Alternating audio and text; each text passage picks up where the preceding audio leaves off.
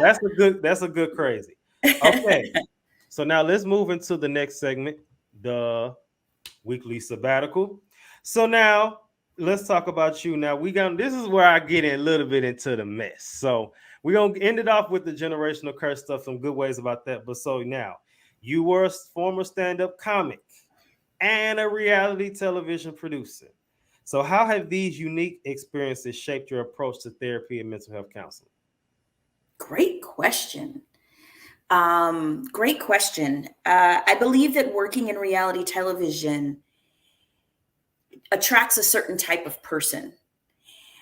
I'm convinced that people that work in production, for the most part, come from traumatic childhoods because Mm, it's extremely stressful. And most people don't want to deal with unpredictability. And you have no idea what's going to come out of people's mouths. You have no idea what's going to trigger people. You have no idea, and you can't run. You have to stay and you have to confront and you have to deal with that. And I feel like, you have to be accustomed to some chaos to be able to do that. And so with mental health, you have no idea what people are going to say to you. You have no idea what story they're going to reveal. You don't know what their history is, and you can't run from that. They're asking you not to run. They're asking you not to be afraid. They're asking you to stay beside them. And I can do that. I can also see the funny in every situation. That same. is something else that I have inherited within my family. We were at a funeral years ago. It was me and aunt and my grandparents, and we were cracking jokes at the funeral. We loved the person that died. We were grateful that he was no longer suffering, but we were cracking on people. We were having a damn good time. Um, so I use that in my therapy. I use comedy. I use, being fearless when it comes to difficult conversation. I use my own personal experiences, the things that I've seen, the things that I've endured in every single therapy session that I do. There is a part of me that is connected to my clients and comes from the past. And I have moments. I have every single day. I have a moment where I'm talking to a client that's going through something, and I say, "Wow, that's why I experienced that shit." I'm not one of those people that says everything happens for a reason. I think that's a harmful statement. That I think it's a horrible thing to say to people because there's some horrible, heinous things that happen to people that I don't think ever should. But I do believe that you can find lessons in all experiences. I do believe you can find silver linings in Yeah. all experiences. And that is what I do. I bring all of me into every moment to help ease someone else's suffering. That is my goal. Okay, good stuff. And I like the humor thing because I can literally find a joke in everything. Like I remember one time, I said this on here before. My car had got it. They had got into my car and they stole my wallet. And I remember my wallet was gone. And I remember saying something like, I remember going to get things replaced. And so I remember like saying, I was like, I'm gonna take my wallet in. I ended up getting a new wallet. But I still didn't have my cards and stuff. And I said, well, I don't want to leave my wallet in the car. And I started laughing. I said, well, I ain't got no money nowhere. So I was like what the Have at it. okay. Now, what shows were you a producer on? Oh, dude. The Real World, Okay. when it was on MTV, Bad Girls Club, Last Comic Standing, Janice Dickinson Modeling Agency, and a bunch of other shows that never saw the light of day or never went past season one. Okay. But yeah, there we go. Those are the biggies. So Janice, I remember that one. I was a little younger, but I remember that one. And then obviously Real World went on forever. Mhm. And Bad Girls Club. So let's talk about that. So how many seasons of Bad Girls Club were you a part of? Three, I think. I think it was three. They all start to blend in. And I haven't done TV in a while. I think it was three. Which do you remember which season? Like, was it the first three? Was it two through No, four? it was towards the end. Oh, Um, I did Chicago, I did Hollywood, and an LA version. Yeah, Chicago, Hollywood. And I did the okay. All Stars, where it's like they take the baddest girls from different seasons and they put them all in the house together. Whoo! Yeah. Now, okay, so many questions to unpack. So I know the answer, but I'm gonna ask: do you know Natalie Nunn? Oh, I wish I didn't. How I is know she? the old Natalie. I don't know. I'm hoping that she has evolved from where she was whenever I knew her. Did she give production hell as well, or just the girls? No, she gave us hell as well. Hello, trauma. Hello, trauma. Who would voluntarily walk into an environment like that? All those young ladies have experienced some serious trauma. There is no other way that you would want to be in an environment like that if you had inner peace. You just wouldn't.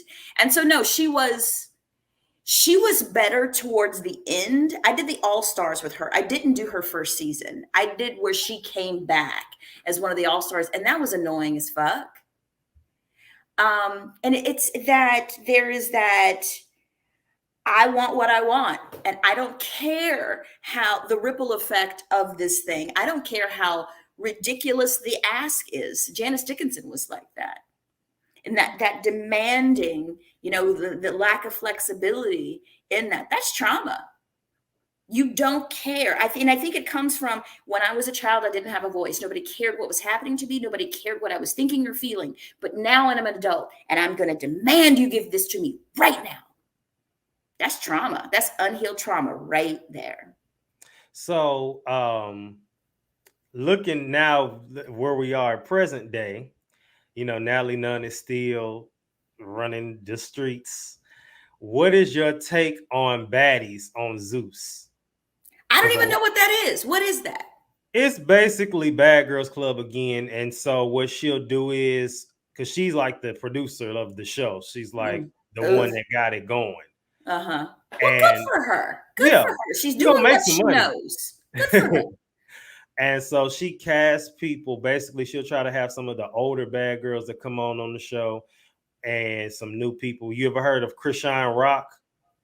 Name She doesn't ring a bell. Okay, well, she's somebody that's been on it. But anyway, long story short, she's basically got a show where it's kind of the same thing. The concept: they live in the house. They travel to different places and make club appearances, and of course, they're fighting in the house. And they call her out for being the messy producer, kind of like how these other shows do, where they'll be like, the producers be like, so we're gonna talk about this today, and then act like she didn't do nothing. She kind of like they term the on-screen producer.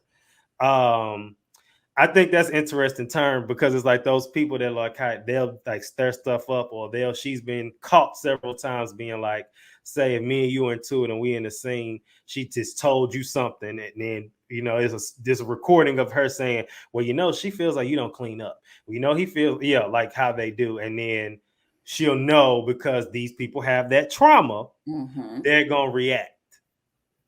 So what is your take on reality television now? Because in reality, it wasn't supposed to be full of traumatic people. It was supposed to just show where people were right now. But they have those. Being a producer as well, I got to prick the producer's brain.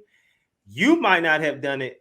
But my first question is, what's your take on reality TV now? And also, what was those conversations like with those producers who was the real messy ones, who was trying to get that pull on those traumas? So there are different levels of reality TV or different formats of reality TV.